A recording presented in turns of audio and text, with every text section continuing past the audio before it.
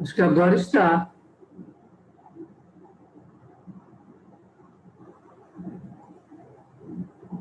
Eu não estou vendo a tela que eu tinha colocado para compartilhar. A tela não, mas o recorte... Eu vou parar um pouquinho sim. a gravação. Ah, foi? Isso. Tem que botar no modo de apresentação, né? Isso. É porque eu não... isso, pronto, agora foi. Ok. Então, a primeira reflexão que nós fizemos foi a seguinte: viver. O que é viver, né? A gente pode existir e não viver? E eu me deparei com a seguinte reflexão, de que sim. A gente pode existir como aquela música, né, daquele cantor do Zeca Pagodinho, né, Deixa a Vida Me Levar. A gente vai existindo, as coisas vão acontecendo em nossas vidas, a gente vai sendo levado, né, pelos acontecimentos, e a gente não estabelece metas e não estabelece objetivos.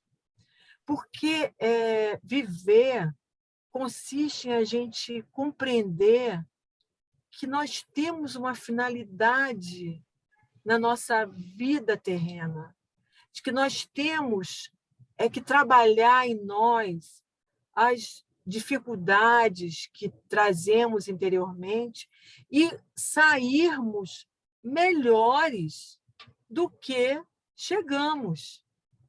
Essa é a tônica que não pode ser esquecida. A Joana, ela fala: viver é construir-se interiormente, superando cada patamar da evolução mediante o burilamento de si mesmo. Porque o nosso objetivo é um dia, cada um de nós aqui, sermos anjos. Estamos muito longe disso? Estamos, mas precisamos compreender que existe uma meta, existe uma finalidade para que a gente, ao sairmos de cena, que a gente não sinta que nada aconteceu. A gente tem que fazer essa reflexão, isso é muito importante. A cada dia a gente ter essa noção dessa oportunidade que é a reencarnação. Nós aprendemos, né, como espíritas, que nós viemos para aprender, superar limites, porque temos as provas, e também fazermos a nossa expiação, que nada mais é do que repararmos erros do passado. É uma conjugação de fatores, né? A nossa vida, ela não acontece uma coisa ou outra. Essas duas coisas, a prova e a expiação, elas estão juntas. E aí, nessa caminhada, a gente percebe que não podemos seguir nessa meta, que é a nossa angelitude, sozinhos. Porque ninguém vive só e ninguém se melhora sozinho, né? Precisamos do outro. O instrutor Aulus, no livro Nos Domínios da Mediunidade, ele diz assim para o André Luiz: não te esqueças do impositivo da cooperação na estrada de cada ser. A mente, em verdade, é o caminho, buscando a meta da angelitude. Contudo, não avançará sem auxílio. Ninguém vive só. Às vezes a gente, na nossa arrogância, quando a gente está com poder, quando a gente tem dinheiro, a gente tem essa ilusão, né, de que não precisamos do outro, que nos bastamos. Mas não é assim. E nós, nessa caminhada, nós nos afetamos o outro, e o outro nos afeta o tempo todo. Afetar aqui é no sentido de realmente mexer com as nossas estruturas. Estou aqui falando com vocês, vocês estão me ouvindo, eu estou afetando vocês de alguma forma. Vocês estão me afetando porque vocês também estão me escutando.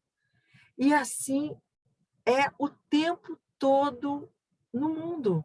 Se estamos assistindo uma televisão, também nos sentimos afetados pelas notícias, por um banho gostoso, por um sol maravilhoso, por uma chuva.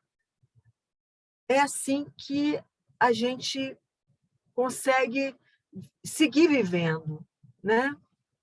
Então, nós já vimos que viver é essa meta, é essa necessidade que temos de encontrar nós mesmos, de encontrar essa unidade que vive dentro de nós. E o outro é fundamental. E é muito bom quando a gente consegue dizer para o outro que ele é fundamental na nossa vida e que ele é importante. E durante a nossa caminhada, a gente tem várias formas de dizer isso. A gente tem os pensamentos, as palavras, que é uma linguagem que pode ser verbal ou não verbal, e temos as nossas obras diante da vida, né?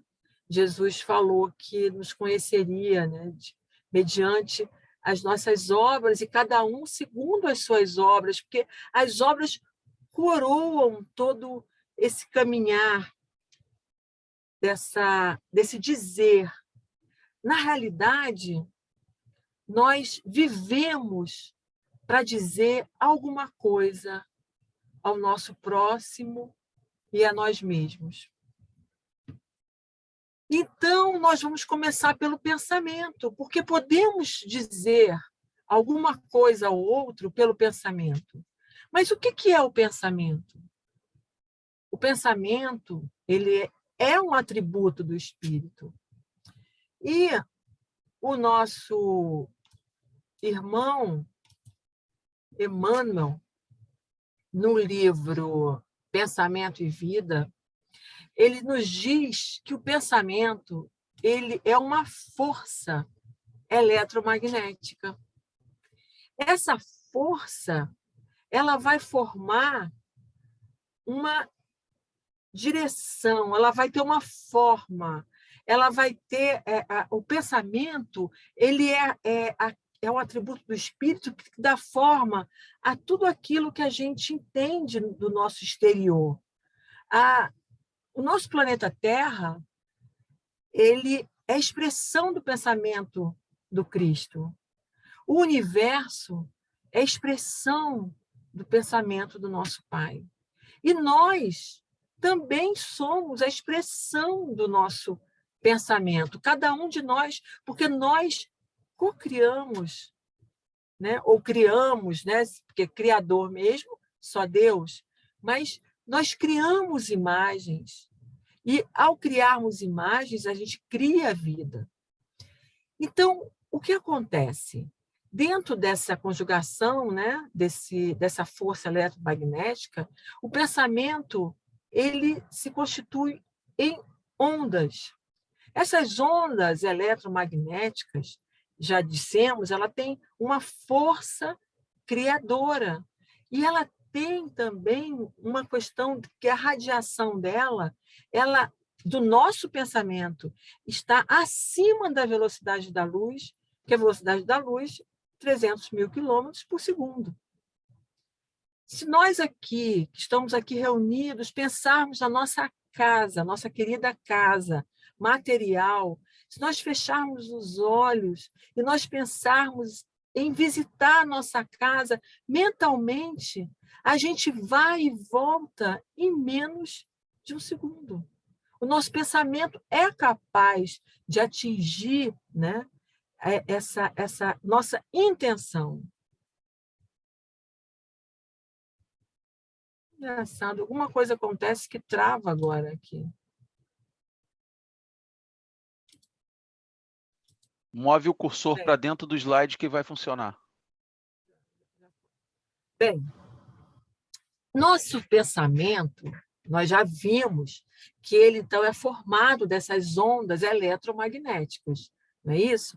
Essas ondas mentais, também já falamos, elas se propagam a uma velocidade muito superior à velocidade da luz.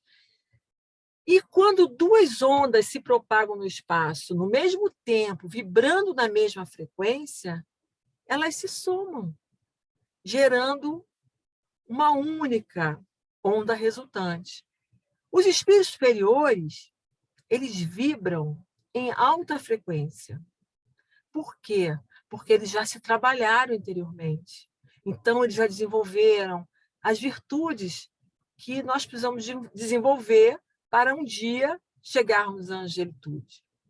Nós, que somos medianos, imperfeitos, ainda com muitos sentimentos desencontrados dentro do nosso coração, a gente vibra a uma baixa frequência.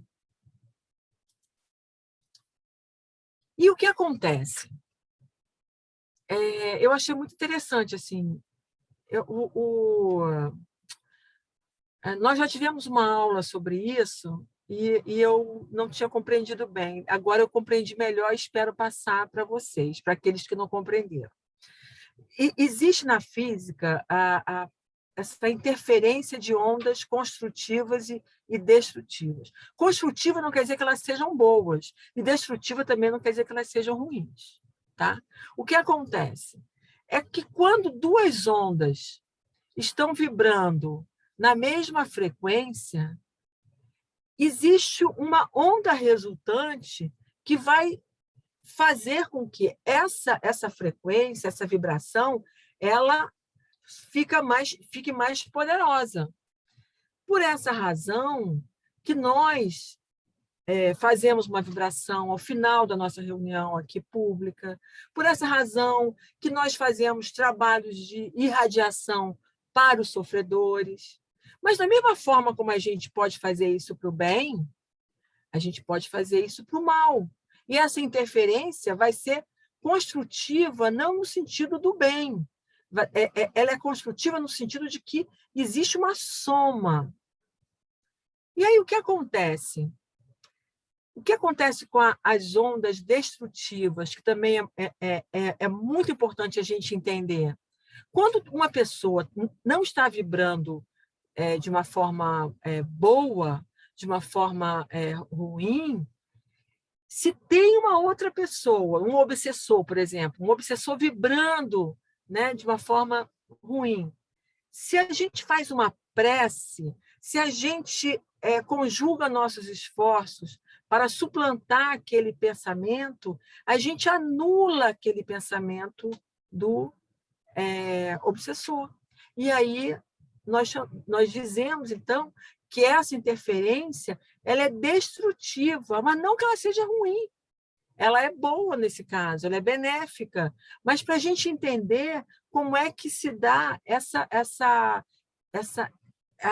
como é que as ondas se comportam e como é que nós devemos ter cuidado na emissão das ondas que a gente emite, né?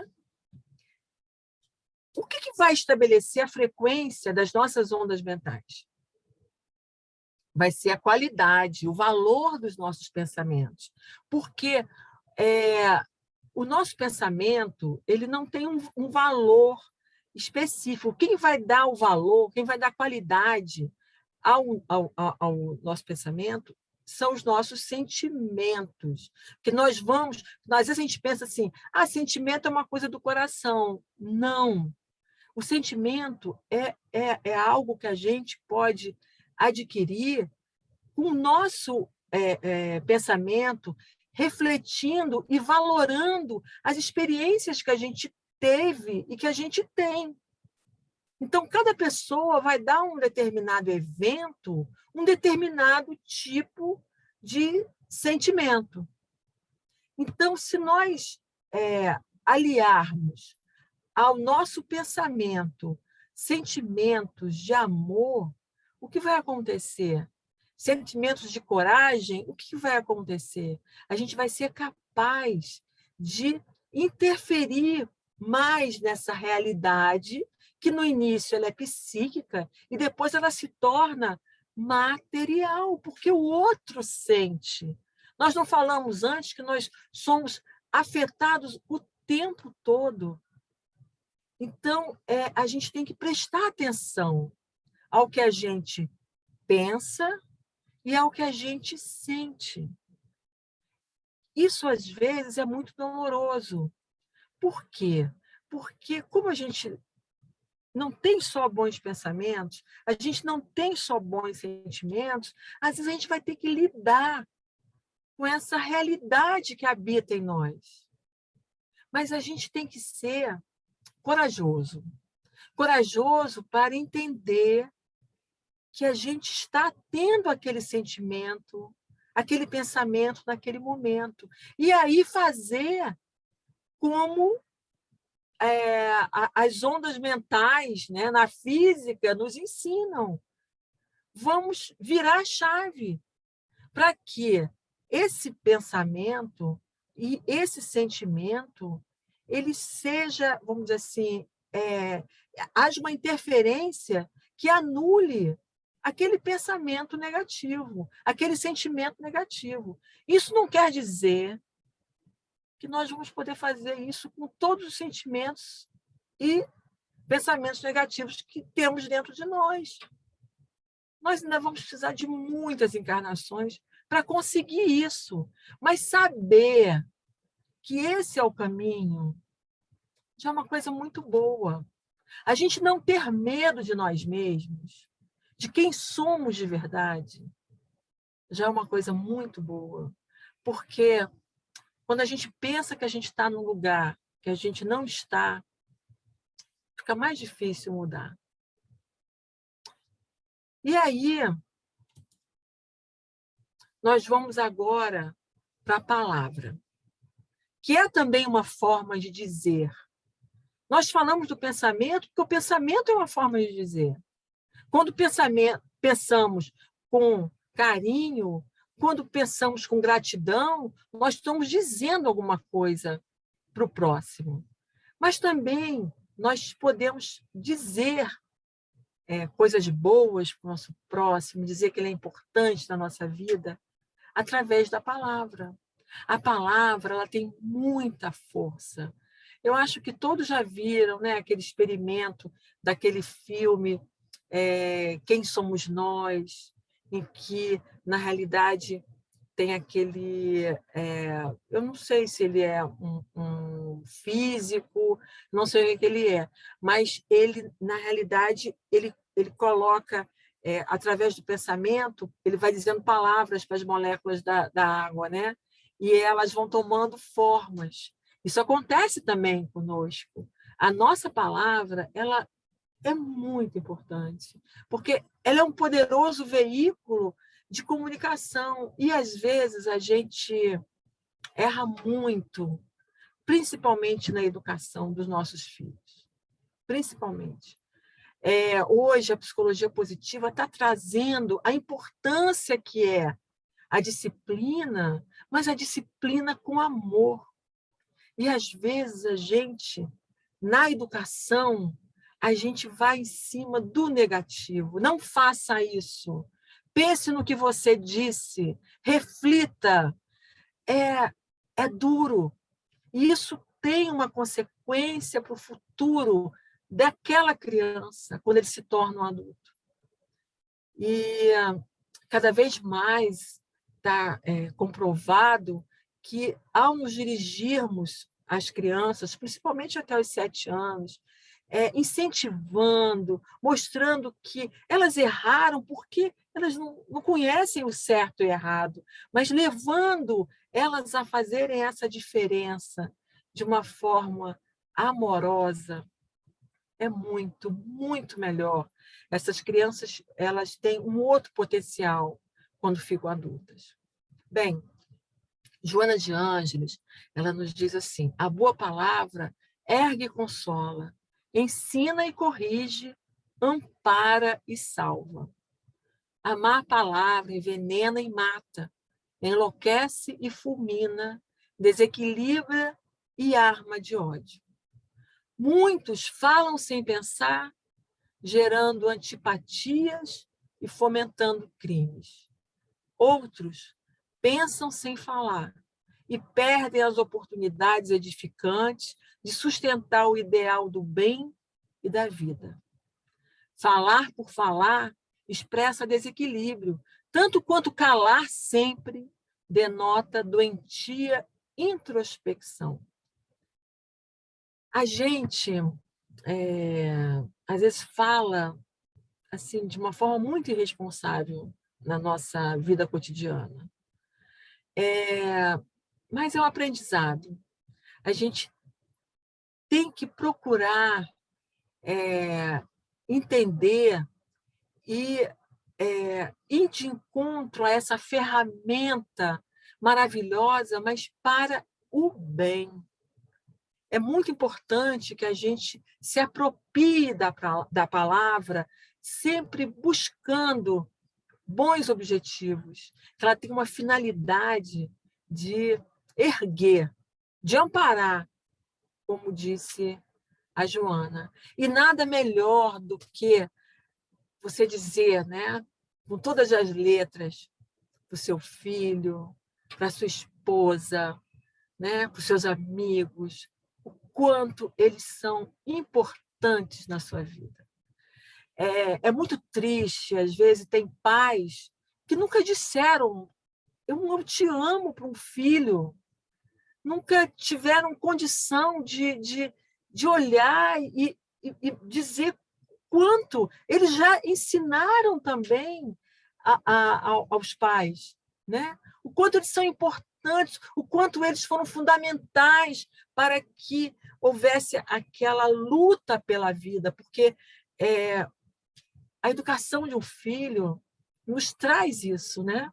A gente sabe, a gente acorda dizendo assim, não, hoje eu vou lutar porque eu tenho que colocar comida em casa, né? Eu tenho uma família para cuidar.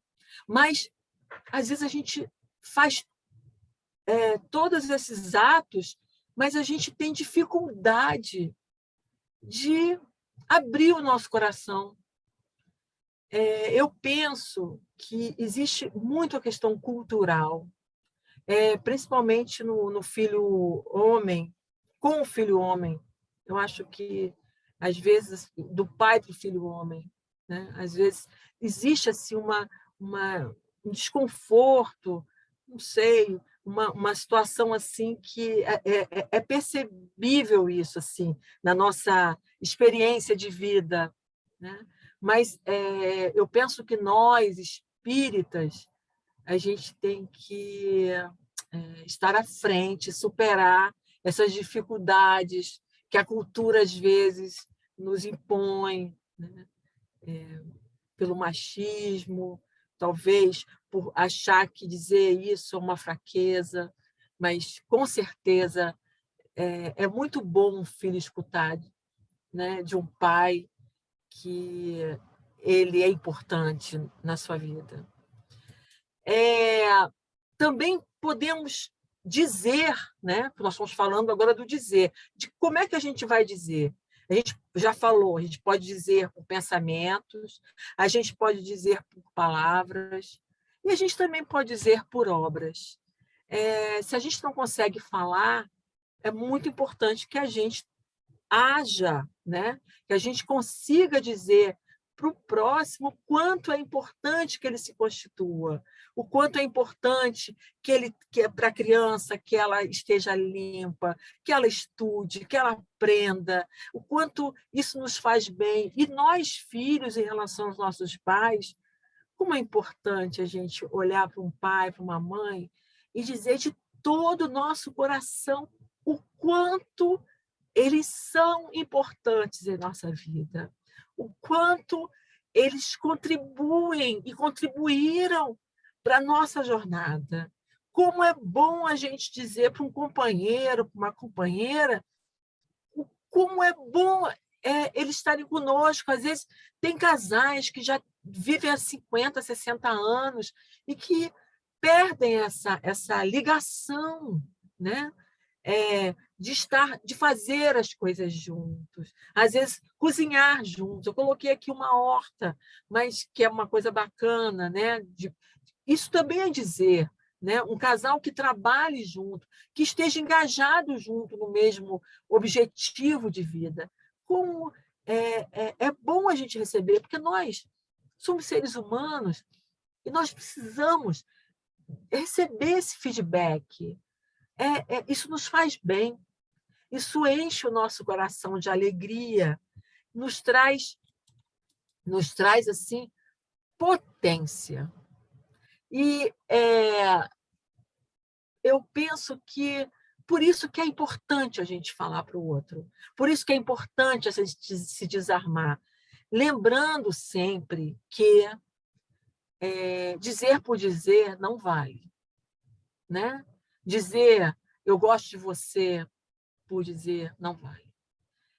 A gente tem que sentir de verdade. E se a gente sente, expressar isso aumenta a potência do outro. Por isso é que a gente precisa dizer. Por isso é que é importante. Por isso que viver é realmente dizer aos outros que eles são importantes. Porque a gente vai, com essa nossa atitude, né? A gente vai aumentar a potência de agir do outro. Ele vai ficar mais seguro, mais feliz. E, consequentemente, a gente também aumenta a nossa. E nós conseguimos, dessa forma, construir um mundo mais amoroso, justo e fraterno. Eu penso, né, que todos nós aqui, todos nós nos preocupamos muito com o futuro. Nós temos filhos, temos netos, temos sobrinhos netos, né? E nós precisamos deixar esse legado para o nosso futuro, para esse mundo de regeneração que chega. Então, vamos fazer a nossa parte. Vamos abrir o nosso coração. Vamos ser espontâneos no nosso afeto, desde que ele seja verdadeiro. Se ele não for, vamos nos trabalhar para que um dia, ele possa ser. E nós estarmos mais felizes, porque, com certeza, essa união, essa cooperação, esse sentimento que essa potência que a gente gira, né, em relação ao outro, nos faz mais feliz. E me parece que esse é o caminho da criação e da felicidade. Então é isso, meus amigos. Um beijo no coração de todos. Muito obrigado por me ouvirem, né? E que nós sigamos em frente com muitas palavras de amor. Ok? Fiquem com Deus.